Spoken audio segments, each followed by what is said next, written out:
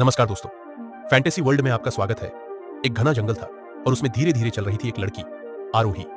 उसके हाथ में एक जलता हुआ लालटेन था और साथ में थी एक रहस्यमयी जादुई किताब। जंगल की हवा में तैरती रोशनियां उसे एक पुराने पत्थर तक ले आई, जहां से दूर आकाश में एक उड़ता हुआ महल दिखाई दे रहा था। आरोही उस उड़ते हुए महल के पास पहुंची। महल का दरवाजा प्राचीन चिन्हों से ढंका हुआ था और जैसे ही वो उसके पास पहुंची, आसमान से बिजली गिरने लगी। दरवाजा धीरे धीरे खुला और उसके अंदर एक घूमता हुआ चक्रव्यूह था, जैसे समय ही थम गया। आरोही उस चक्रव्यूह में फंस गई और तभी एक साया उसे दूर से देख रहा था। वो साया दरवाजे के पास आया और रहस्यमयी शब्दों में कुछ बोलने लगा। तभी आरोही के हाथों से एक तेज जादुई रोशनी निकलने लगी, इतनी शक्तिशाली कि वो साया उसी रोशनी में पिघलने लगा।